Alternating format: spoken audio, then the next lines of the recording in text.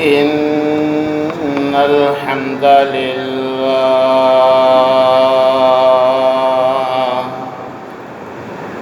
نحمده ونستعينه ونستغفره ونعوذ بالله من شرور أنفسنا ومن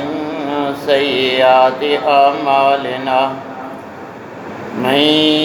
يهده الله فلا مضل له ومن يضلل فلا هادي له وأشهد أن لا إله إلا الله وحده لا شريك له وأشهد أن محمدًا عبده ورسوله أما بعد فإن خير الحديث كتاب الله وخير الهدي هدي محمد صلى الله عليه وسلم وشر الأمور محدثاتها وكل محدثة بدعة وكل بدعة ضلالة وكل ضلالة في النار يا أيها الذين آمنوا اتقوا الله حق تقاته ولا تموتن إلا وأنتم مسلمون يا أيها الناس اتقوا ربكم الذي خلقكم من نفس واحدة وخلق منها زوجها وبث منهما رجالا كثيرا ونساء واتقوا الله الذي تساءلون به والأرحام إن الله كان عليكم رقيبا يا أيها الذين آمنوا اتقوا الله وقولوا قولا سديدا يصلح لكم أعمالكم ويغفر لكم ذنوبكم ومن يطع الله ورسوله فقد فاز فوزا عظيما أما بعد فأعوذ بالله السميع العليم من الشيطان الرجيم من حمزه ونفخه ونفسه بسم الله الرحمن الرحيم لا تتمنوا ما فضل الله به بعضكم على بعض للرجال نصيب مما اكتسبوا وللنساء نصيب مما اكتسبنا واسألوا الله من فضله إن الله كان بكل شيء عليما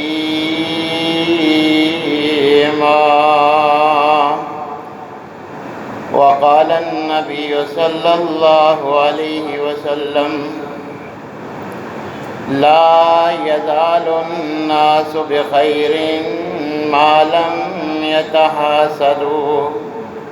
وقال النبي صلى الله عليه وسلم لا يجتمعان في قلب عبد الایمان والحسد۔ تمام قسم کی تعریفات مالک العلام ذوالجلال والاکرام وحدہ لا شریک مالک کائنات اور خالق ارض و سما کے لیے لاکھوں کروڑوں درود و سلام اس ہستی اقدس و مقدس کے اوپر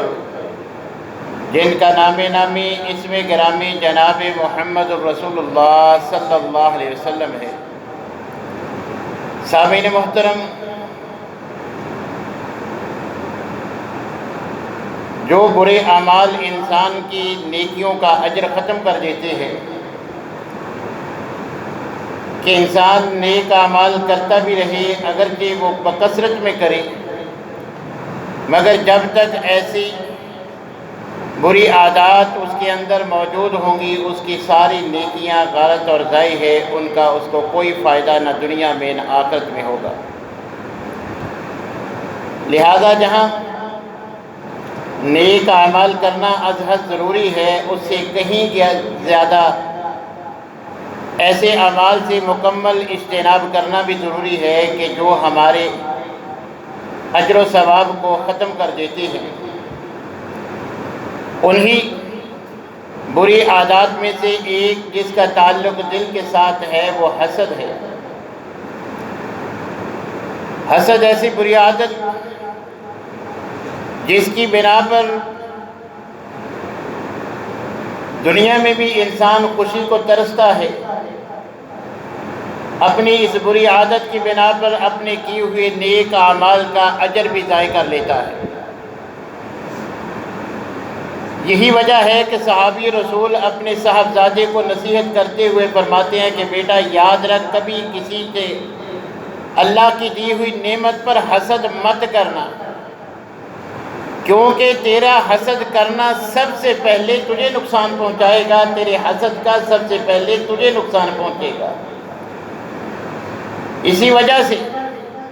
کہ یہ معاشرے کا بگاڑ ایسی موذی بیماری کہ جس کی بنا پر گھر اجڑتے ہوئے، رشتے ٹوٹتے ہوئے ذرا بھی دیر نہیں لگتی، اسی بنا پر اللہ نے بھی اس سے منع کیا اور آپ کے پاک پیغمبر صلی اللہ علیہ وسلم نے بھی اس سے ہمیں منع فرمایا۔ اللہ جل شانہ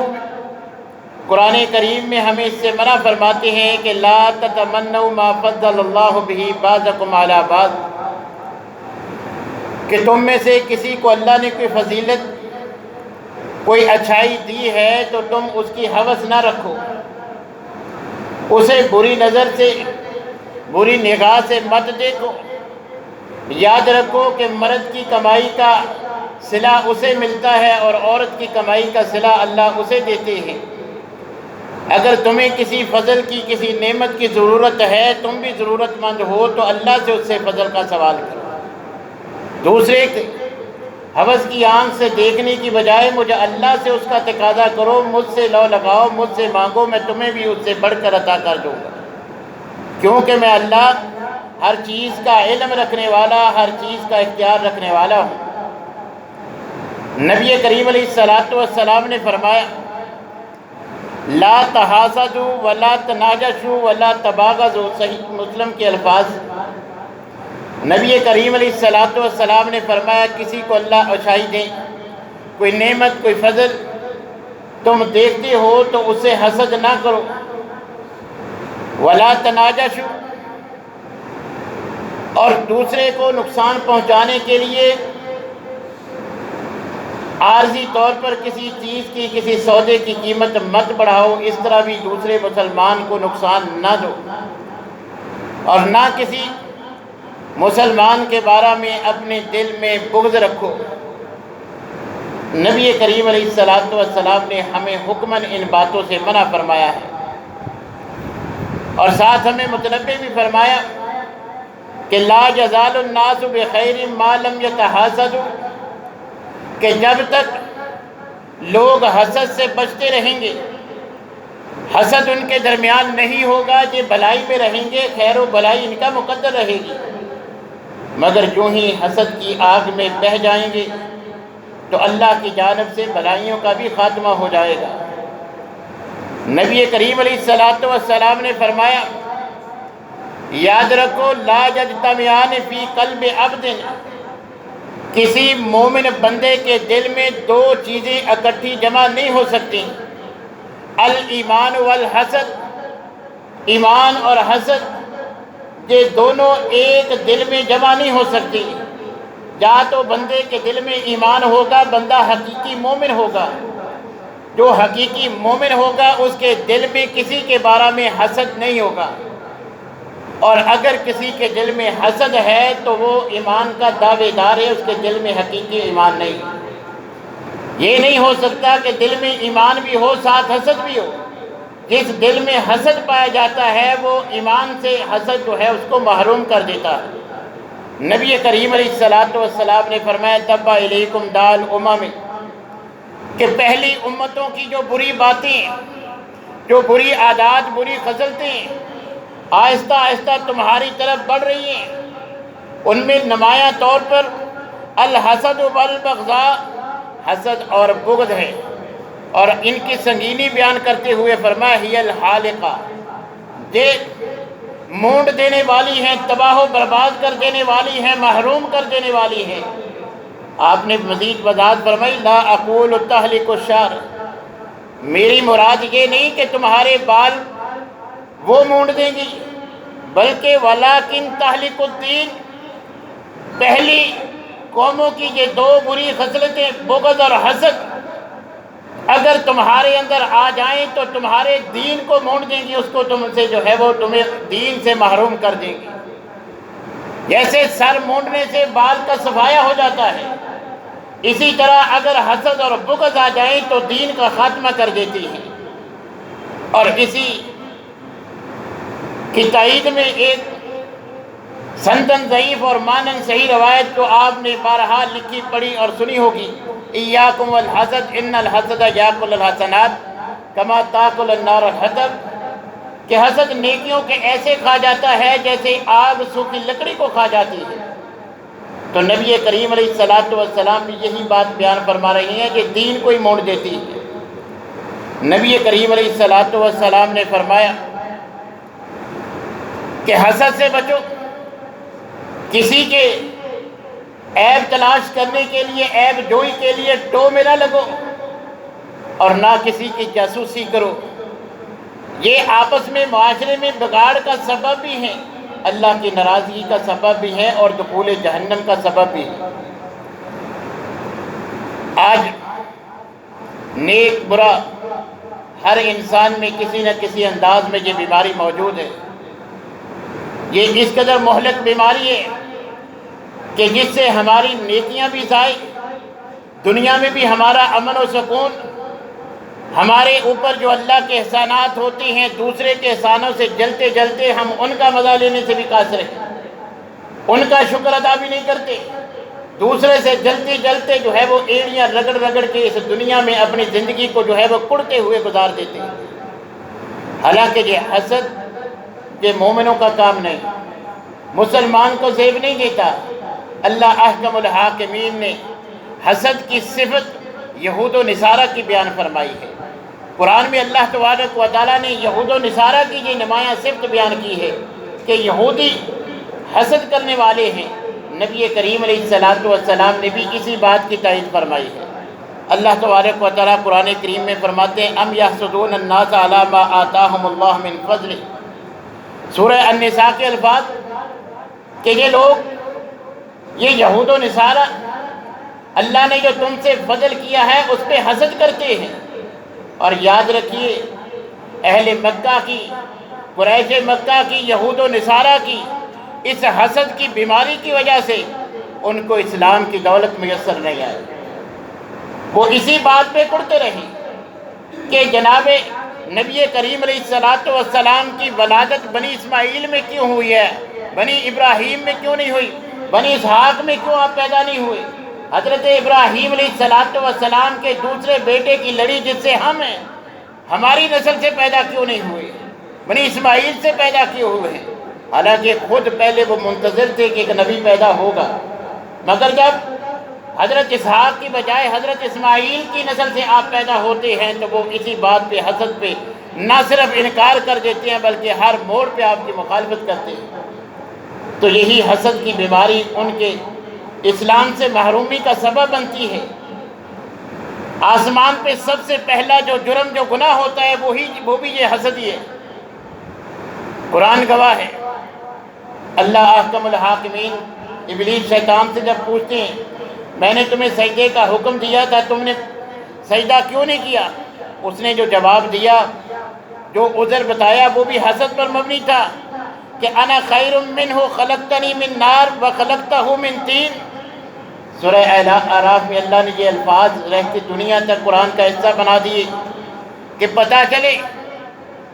اللہ کی رحمت جنت سے اگر اس لعین کو محرومی ملتی ہے تو اسی حسد کی بنا پر کہ میں آگ سے بنا، ان کو آپ نے جو ہے وہ مٹی سے بنایا، میں ان سے اعلیٰ ہوں، میں ان سے بہتر ہوں۔ یہ نہیں دیکھا کہ حکم کون دے رہا ہے، بلکہ اس بات کے گھمنڈ اور غرور اور تکبر میں کہ میں ان سے بہتر ہوں، سجدے سے انکار کر دیا، اللہ کی رحمت سے قیامت تک محروم ہو گیا۔ اسی طرح زمین پر بھی سب سے پہلا گناہ، سب سے پہلا قتل جو ہوتا ہے حضرت آدم کے 2 بیٹوں کا، اللہ اس کو بھی قرآن کا حصہ بنا دیتے ہیں تاکہ ہم حسد جیسی بیماری سے اجتناب کریں کہ قابیل اپنے بھائی حابیل کو اگر قتل کرتا ہے، روئے زمین پہ سب سے پہلے کوئی قتل ہوتا ہے تو وہ بھی اسی سنگین جرم حسد کی بنا پر، کہ بھائی سے حسد کرنے کی بنا پر کہ تمہاری قربانی قبول کیوں کی، میری کیوں قبول نہیں ہوئی۔ اسی حسد کی آگ میں جلتے ہوئے قابیل اپنے بھائی حابیل کو قتل کر دیتا ہے۔ برادران یوسف، حضرت یوسف کا سارا قصہ کئی مقامات پہ قرآن نے اللہ نے بیان کیا ہے، تو حضرت یوسف علیہ السلام سے آپ کے بھائیوں کا جو جھگڑا تھا، جو تنازع تھا، وہ بھی اسی سنگین جرم حسد ہی کی بنا پر تھا کہ ہم وہ مقام والد کی نظر میں نہیں رکھتے جو ان کا مقام ہے، ان کو جو عزت کیوں جو ہمیں نہیں۔ اسی کی بداعت میں سارا وہ معاملہ کرتی ہے کہ اپنے بھائی کو، اپنے باپ کے محبوب لگتے جگر کو کنویں میں پھینکنے سے بھی گریز نہیں کرتے۔ میرے بھائیو، قرآن نے یہ مثالیں ہمیں اسی لیے بتلائی ہیں، یہ واقعات قرآن کا حصہ اسی لیے بتلائیں کہ ہم ان سے عبرت حاصل کریں کہ جب کسی کے دل میں حسد پیدا ہو جائے پھر خونی رشتہ بھی اس کا بھی انسان لحاظ نہیں رکھتا، جیسے قابیل نے حابیل سگے بھائی کا لحاظ نہیں رکھا، حضرت یوسف کے بھائیوں نے ان کی زندگی کا خیال نہیں رکھا کہ یہ تو ہمارا بھائی ہے، باپ کا بیٹا ہے۔ جب یہ حسد آ جاتا ہے تو قرآن ہمیں بتلاتا ہے کہ بھائی بھائی کو نقصان پہنچانے سے گریز نہیں کرتا، مگر اس کے باوجود آج ہم عوام و خطباء سب میں یہ بیماری موجود ہے جو ہمارے نیک اعمال کے اجر کو بھی ضائع کر رہی ہے، اور اس کے ساتھ ساتھ اللہ احکم الحاکمین کی ناراضگی کا سبب بنتے ہوئے دنیا میں بھی ہمیں جتنے اللہ تبارک و تعالیٰ نے نعمتیں دی ہیں ان کو انجوائے کر کے اللہ کا شکر ادا کرنے سے بھی مانے ہیں۔ اسی لیے تو نبی صلی اللہ علیہ وسلم نے اس کا علاج بتلایا تھا کہ انظروا الی من هو اسفل منکم، تم اپنے سے اوپر والے کی طرف دیکھو ہی نہ، اس پہ غور و فکر ہی نہ کرو کہ یہ گاڑی کتنے کی ہوگی، یہ موبائل کتنے کا ہوگا۔ تم کسی کی چیز کو، کسی کو اللہ نے نعمت دی ہے، کوئی فضیلت دی ہے، اس میں مگن ہی نہ ہو یہ کتنے کی ہو سکتی ہے، یہ کتنا مہنگا ہو سکتا ہے، یہ کتنا قیمتی ہو سکتا ہے، اس بارے میں غور و فکر ہی نہ کرو۔ اور ساتھ آپ نے اس کی اہمیت بھی بتلا دی، اگر تم ایسا کرو گے اس کا فائدہ یہ ہوگا کہ جو چیز تمہارے پاس ہے تم اس کی قدر کر سکو گے، اللہ کی اس دی ہوئی نعمت کا تم شکر ادا کر سکو گے۔ جب اپنے سے بڑے کی طرف دیکھو گے تو اس سے حسد کرتے ہوئے جو اللہ نے تمہیں نوازا ہے، ہر انسان کو اللہ تبارک و تعالیٰ نے نعمتیں، اگر کسی کے پاس مال نہیں، اللہ تبارک و تعالیٰ نے صحت و عافیت دی ہے، کتنے اربوں خربوں کے مالک وہ بستر مرگ پہ پڑے ہیں، اٹھ کے بیٹھنے کے قابل نہیں ہیں، کیا فائدہ ایسی دولت کا؟ کیا ہم تو سمجھتے ہیں کہ ہمارے پاس پیسہ ہوگا ہم عیش کریں گے، جو چاہیں گے کھائیں پیئیں گے، عیاشی کریں گے، ان کے پاس سب کچھ ہے، مگر ڈاکٹر ساری من پسند غذائیں منع کر دیتا ہے کہ اس سے تمہاری جان کو نقصان ہے۔ تو میرے بھائیوں، اگر ہمیں اللہ تبارک و تعالیٰ نے کسی چیز میں کم رکھا ہے، اس کے علاوہ ہمارے اوپر اللہ تعالیٰ کی نعمتوں کی برکہ برسی، ہم ان پہ غور و فکر کر کے ان کا تو اللہ کا شکر ادا کریں۔ اللہ نے تو وعدہ کیا لئن شکرتم لازیدنکم، صحت کا اگر شکر ادا کرو گے بیماریوں سے محفوظ رکھوں گا۔ اگر اللہ تبارک و تعالیٰ نے اولاد دی ہے، بیٹا نہیں، اولاد کا شکر کرو گے اللہ بیٹے بھی دے دے گا۔ تو اس لیے میرے بھائیو، یہ حسد یہ سنگین بیماری ہے جو انسان کے نیک اعمال کے اجر کو بھی ختم کر دیتی ہے، حتیٰ کہ نبی صلی اللہ علیہ وسلم نے فرمایا دین کا بھی خاتمہ کر دیتی ہے۔ نبی صلی اللہ علیہ وسلم نے فرمایا کہ دنیا میں 4 قسم کے انسان ہیں۔ ایک قسم وہ ہے جن کو اللہ نے مال بھی دیا، علم بھی دیا، وہ اپنے مال سے بھی لوگوں کو نفع پہنچاتے ہیں، علم سے بھی لوگوں کو نفع پہنچاتے ہیں۔ اللہ تبارک و تعالیٰ کے ہاں یہ معجور لوگ ہیں، اللہ ان کو اجر دیتا ہے۔ اور ایک دوسرا گروہ ہے، ان کے پاس نہ مال ہے نہ علم ہے، مگر وہ مالدار اور علم رکھنے والے جو لوگوں کو نفع پہنچاتے ہیں، محض نیت اور ارادہ رکھتے ہیں کہ کاش میرے پاس بھی مال ہوتا، میں بھی ایسے لوگوں کے لیے آسانیاں پیدا کرتا، علم ہوتا ایسے ہی لوگوں کو سکھلاتا۔ نبی صلی اللہ علیہ وسلم نے فرمایا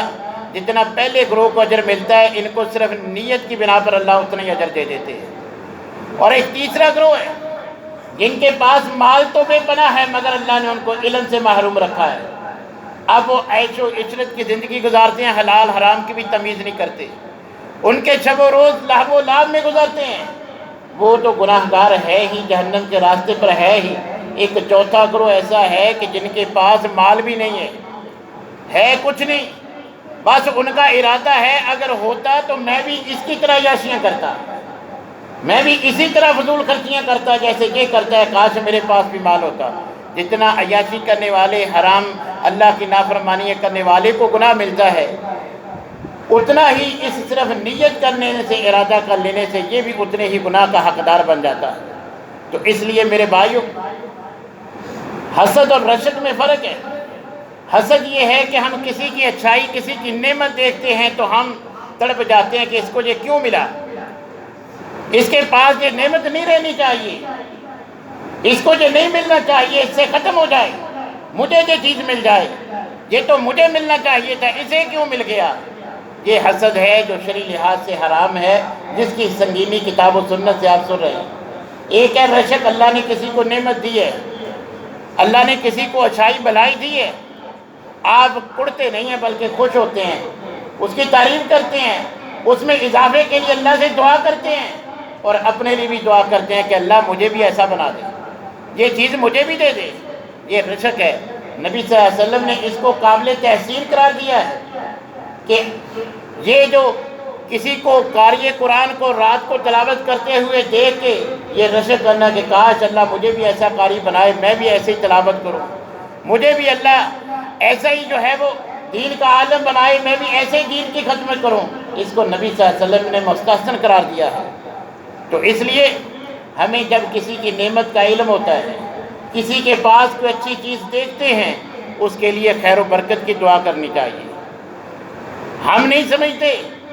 کہ ہماری زبان سے نکلا ہوا لفظ ہمارے لیے اور اگلے کے لیے جس کے پاس وہ نعمت ہے کس قدر نقصان دہ ثابت ہو سکتا ہے۔ نظر کے بارے میں آپ مکمل خطبہ جمعہ نظر بد کے بارے میں آپ سن چکے کہ کسی خوبصورت کو دیکھ کر صرف اس کو برکت کی دعا نہ دینا، ماشاءاللہ نہ کہنا، صرف اس کے حسن کی ایسی تعریف ہی بڑھا چڑھا کے بیان کر دینا، یہی اس کی ہلاکت کے لیے کافی ہے۔ بری نظر سے انسان ہلاک تک ہو سکتا ہے، کتاب و سنت کے دلائل موجود ہیں۔ صحابی نے صحابی کو نہاتے ہوئے دیکھ کر جسم کی خوبصورتی کی تعریف ہی کی تھی کہ اس کو بخار چڑھ گیا۔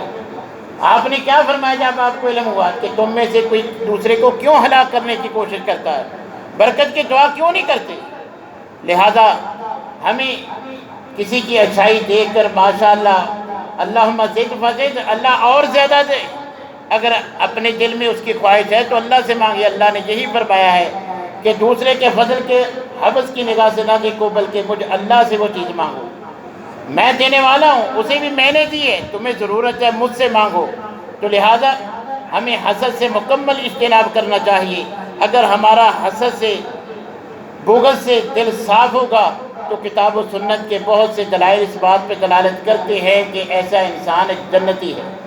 نبی صلی اللہ علیہ وسلم سے پوچھا کہ افضل انسان کون ہے؟ میں اور آپ تو سمجھتے ہیں جس کی جو ہے وہ ٹھاٹ باٹ اچھی ہے، لباس اچھا ہے، گاڑی اچھی ہے، اس کی رہائش، اس کا کاروبار، اس کا بزنس، اس کا عہدہ اچھا ہے۔ نبی صلی اللہ علیہ وسلم نے فرمایا، صحابی نے جب سوال کیا کہ سب سے ہم میں سے اچھا کون ہے، آپ نے فرمایا کل مخموم القلب صدوق اللسان۔ آپ جب صحابہ کو جو جواب دیتے ہیں، صحابی کہتے ہیں صدوق اللسان کا تو اللہ کے رسول ہمیں پتہ ہے، سچ بولنے والا ہم میں سے اچھا ہے، لیکن یہ مخموم القلب کون سا ہے؟ نبی صلی اللہ علیہ وسلم نے فرمایا جس دل میں اللہ کا تقویٰ ہے، جس دل کو گناہوں سے صاف پاک رکھا گیا ہے، جس دل میں حسد اور بغض نہیں ہے یہ مخموم دل ہے، ایسے دل والا انسان ہی تم میں سب سے زیادہ افضل ہے۔ نبی صلی اللہ علیہ وسلم صحابہ کی مجلس میں موجود مسند احمد کی روایت، آپ فرماتے ہیں ابھی تمہارے درمیان ایک جنتی آدمی آئے گا، جس نے جنتی دیکھنا وہ اسے دیکھ لے۔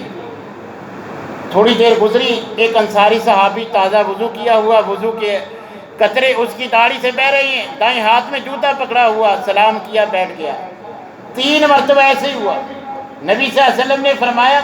کہ ابھی جنتی آئے گا، جس نے دیکھنا اسے دیکھ لے۔ عبداللہ بن عمر دل میں خواہش پیدا ہوئی کہ نبی صلی اللہ علیہ وسلم زبان رسالت سے 3 بار جسے جنت کی ضمانت دے رہے ہیں،